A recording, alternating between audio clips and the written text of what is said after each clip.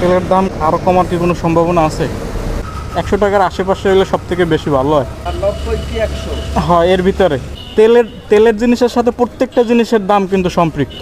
তেল অনেক দিন পরে বাইকটাকে করলাম আজকে ওয়াশ, অ্যান্ড ওয়াশ করার পরে একটা জিনিস খেয়াল করলাম যে বাইকের সাউন্ডটাও চেঞ্জ হয়ে যায় ওয়াশ করার সাথে সাথে, মানে সাউন্ডটা খুব স্মুথ হয়ে যায়। আর এটা হচ্ছে সেই আমাদের চিরচেনা C20। এ রে, তুমি কোন দিক যাবা?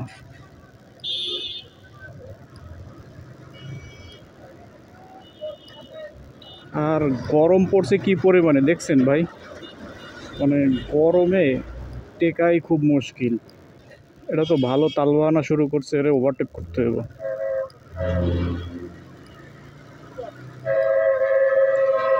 আচ্ছা, তো বাইকটা আজকে অনেক দিন পর করলাম ওয়াশ, অ্যান্ড ওয়াশ করার পরে দেখতেছি যে বাইকের তেলের কাটা সবগুলোই গায়েব, শুধু একটা ছাড়া। তো আইসে এখন একটু পাম্পে, অ্যান্ড বাইকটা যেহেতু ওয়াশ করছি, বাইকের ইঞ্জিনের মধ্যে অনেক জায়গায় পানি শুকোয় নাই, তো ওই পানিগুলো একটু যাতে শুকিয়ে যায় এই জন্য আজকে একটু বেরোইছি। কারণ সবসময় চেষ্টা করবেন যে বাইক ওয়াশ করার পরে কয়েক কিলোমিটার মানে রাইড করবেন, এতে কী হবে ভিতরে যদি কোনো পানি থেকে থাকে ওই পানিগুলো শুকিয়ে যাবে। অ্যান্ড এরপরে আপনি চাইলে কেরোসিন বা কি ডিজেল পেট্রোল দিয়ে ইঞ্জিনের বডিটাকে একটু স্প্রে করে দিতে পারেন। এতে হয় কি, ইঞ্জিনের উপরে একটা ধোঁয়াশা একটা যে ভাব পড়ে থাকে তা থাকবে না। তো বেশ কিছুদিন যাবত তো ওই পাম্প থেকে ফুয়েল নিই, আজকে চলেন এই পাম্পটা থেকে ফুয়েল নেই, কারণ ওই পাম্পে অনেক গাড়ির ভিড় ভাট্টা থাকে। এটা অকটেন কই, অকটেনের দাম কত এখানে?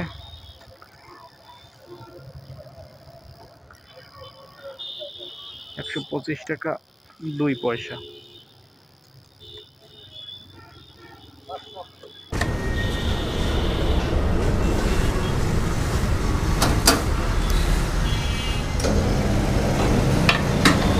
তেলের দাম আরও কমার কি কোনো সম্ভাবনা আছে?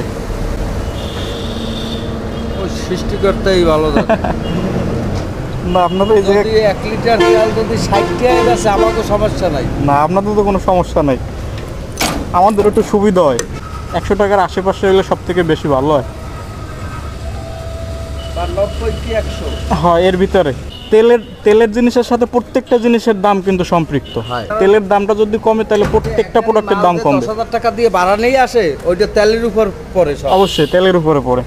যদি এই তেলটার দাম যদি কমায় তাহলে ও গাড়িটা 8,000 টাকায় 1 কেজি আলুতে 2 টাকা কমবে যায়, অনেক কমে।